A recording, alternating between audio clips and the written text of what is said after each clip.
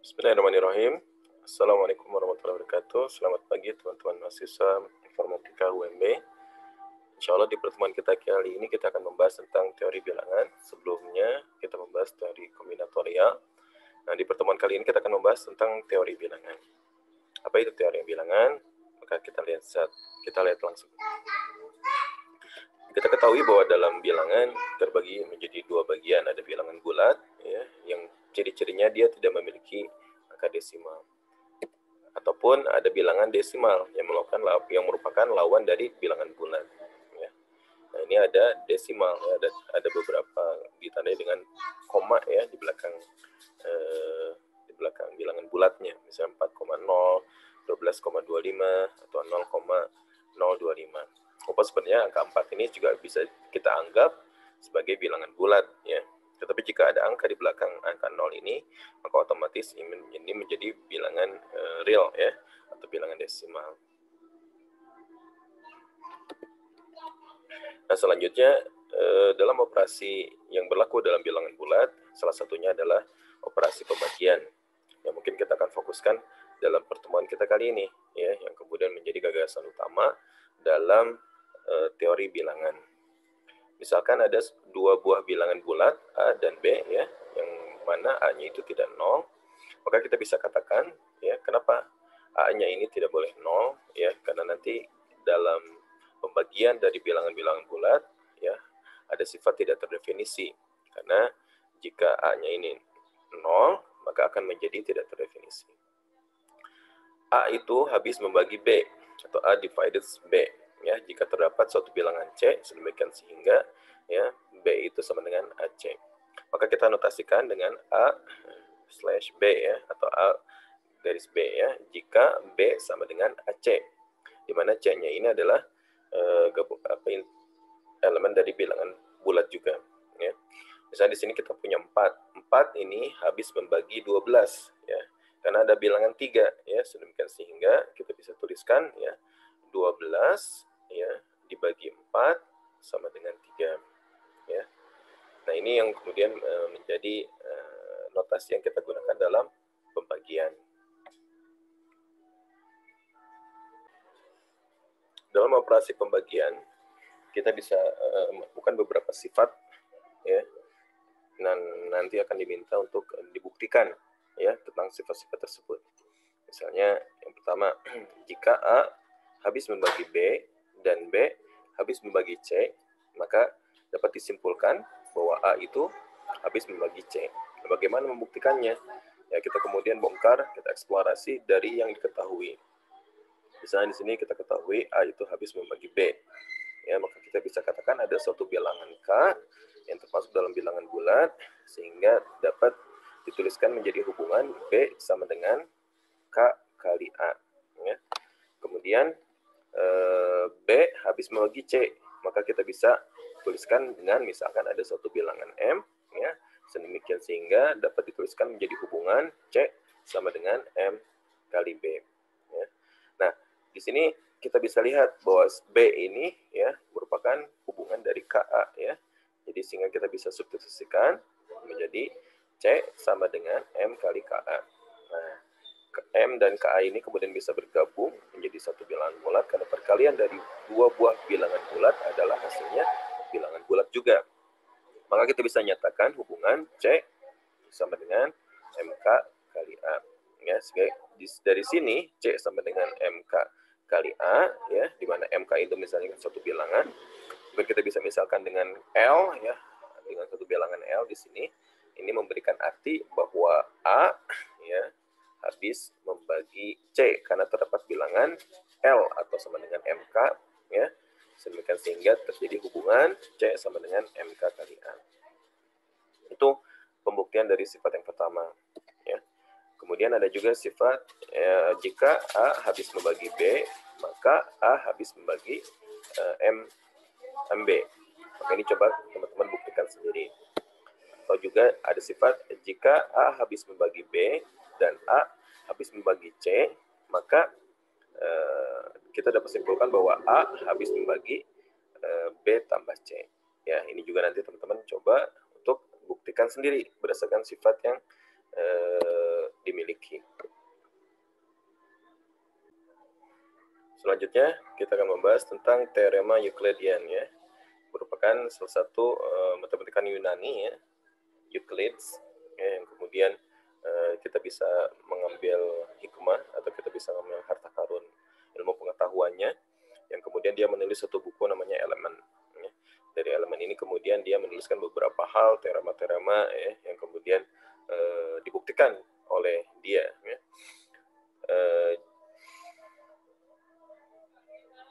Juga kemudian dia membuat algoritma-algoritmanya ya dari teorema-teorema yang tersebut yang dia ciptakan.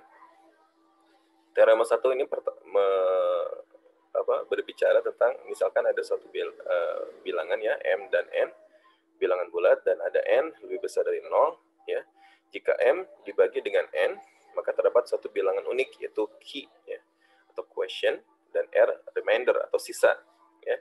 Sedemikian sehingga M sama dengan N kali Q tambah R.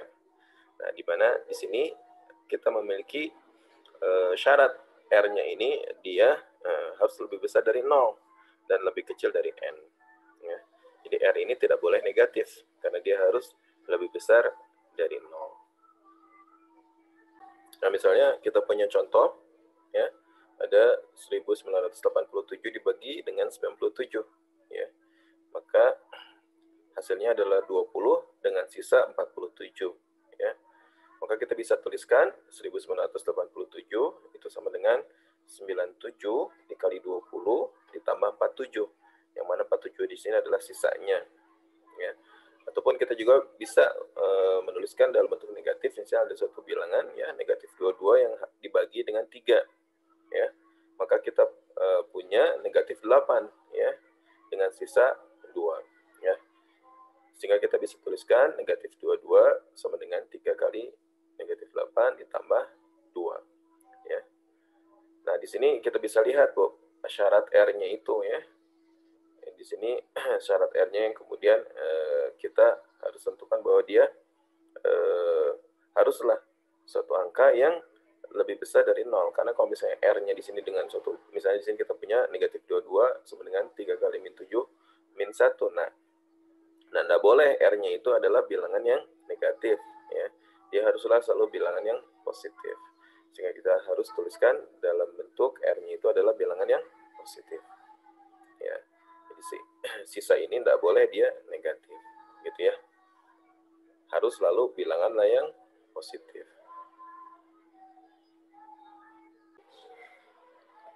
Nah, selanjutnya kita akan berbicara tentang pembagian bersama terbesar atau mungkin kita kenal dengan istilah PBB. Ya. Misalkan ada A dan B bilangan bulat tidak 0, maka kita bisa katakan ada suatu greatest common divisor atau pembagi bersama terbesar ya, yang mana dari A dan B ya ada suatu bilangan sehingga D ya, sehingga D ini habis membagi A dan D juga habis membagi B. Sehingga kita bisa katakan PBB dari A, B adalah D. Dan D ini adalah bilangan yang terbesar. Nah, contoh, misalnya kita bisa lihat ada suatu bilangan 45 dan 36. Nah, 45 ini kita tuliskan ya, faktor-faktor pembaginya. Ada 1, 3, 5, 9, 15, 45. 36 pun kita daftarkan 1, 2, 3, 4, 9, 12, 18, 36. Maka kita bisa melihat ya, faktor pembagi bersamanya adalah ada dari 45 dan 36 yang sama-sama membagi atau habis membagi kedua angka tersebut. Ada 1, ya, ada 3, ada 9. Dari 1, 3, dan 9, maka yang terbesar atau bilangan bulat terbesar adalah 9. Maka kita bisa katakan PBB dari 45 dan 36 adalah 9, yang merupakan ya, bilangan pembagi terbesar atau faktor pembagi terbesar dari kedua bilangan tersebut.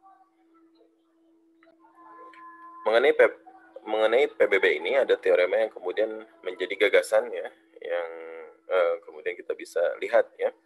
Yang pertama, misalnya ada M dan N bilangan bulat ya, dengan syarat N-nya itu harus lebih besar dari 0. Sehingga kita bisa bentuk ya, atau kita bisa tuliskan dalam bentuk M sama dengan N kali Q ditambah R ya, di mana R-nya itu positif ya, dan dia lebih kecil dari N. Maka kita bisa katakan ya PBB dari M, N itu sama dengan PBB dari N, R. Ya. PBB N, N sama dengan PBB dari N, R. Misalnya di sini kita punya M-nya 60, N-nya 18. Sehingga kita bisa tuliskan 60 sama dengan 18 dikali 3 dengan sisa 6. Ya. Maka kita bisa tuliskan PBB ya 60,18 ya itu sama dengan PBB 18 ya, 6 itu 6 gitu ya. Seperti itu. Teorema yang kedua tadi bisa kemudian dibuatkan algoritmanya ya, yang dinamakan algoritma Euclidean. Nah, ini juga kemudian teman-teman bisa nanti menggunakan salah satu software, misalnya bisa Pascal, C++, dan sebagainya, untuk kemudian membuat tentang algoritma Euclidean ini. Yang pertama langkahnya adalah jika N sama dengan 0, maka M adalah PBB dari M, 0. Maka stop ya menggunakan pengulangan, tapi jika N-nya tidak sama dengan 0, maka lanjut ke langkah 2. Ya, bagilah M dengan N, dan misalnya R adalah sisanya menggunakan algoritma modulo. Kemudian ganti nilai M dengan N ya dan nilai N dengan R, lalu ulangi langkah pertama. Jadi di video berikutnya kita akan buktikan menggunakan Pascal ya untuk kemudian menginikan algoritma Euclidean. Nah, contoh algoritma Euclidean ini, dalam contoh ini misalkan ada M sama dengan 80, kemudian N-nya 12 ya. Nah, syaratnya M harus lebih besar dari N.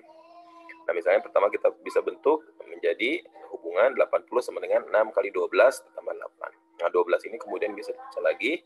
Jadi 12 sama dengan 1 kali 8 ditambah 4. Nah, 8 ini kemudian diulangi lagi. Jadi 8 sama dengan 2 kali 4 tambah 0. Sehingga nanti habislah ya. Sehingga tidak ada sisanya. Atau sisanya sama dengan 0. Maka sisa pembagian terakhir sebelum 0 adalah 4. Maka kita bisa katakan PBB dari 80,12 adalah 4.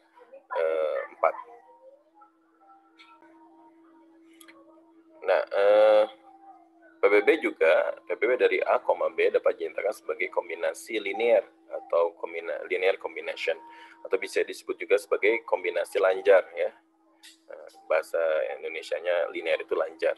Tapi lebih enak kemudian dikatakan dengan kombinasi linear ya. Dari A dan B dengan koefisien-koefisiennya. Jadi A dan B ini adalah koefisiennya. Maka PBB dari 80,12 sama dengan 4 ya, kita nyatakan menjadi 4 sama dengan negatif 1 kali 80 tambah 7 kali 12 ya. Nah, bisa juga dibentuk menjadi bentuk seperti ini. Nah, ada teorema ya, di mana teorema ketiga, misalkan A dan B bilangan bulat positif, maka terdapat bilangan bulat M dan N, sedemikian sehingga PBB A, B sama dengan MA ditambah NB. Ya, kita akan coba berlatih bagaimana membuat suatu PBB menjadi kombinasi linear. Misalkan nyatakan PBB 21,45 sebagai kombinasi linear dari 21 dan 45. Ingat, berarti di sini kita akan menyatakan 21 dan 45 sebagai koefisien-koefisiennya. Maka dengan prinsip modulo kita bisa menentukan bahwa 45 itu sama dengan 2 kali 21 ditambah 3 dengan sisa 3. Kemudian 21 itu 7 kali 3 ditambah 0 habis dibagi. Ya. Maka sisa pembagian terakhir sebelum 0 adalah 3. Maka kita bisa nyatakan PBB dari 45,21 adalah 3 ya. Ya, ini sebagai PBB-nya ya. Nah, selanjutnya kita substitusikan ya.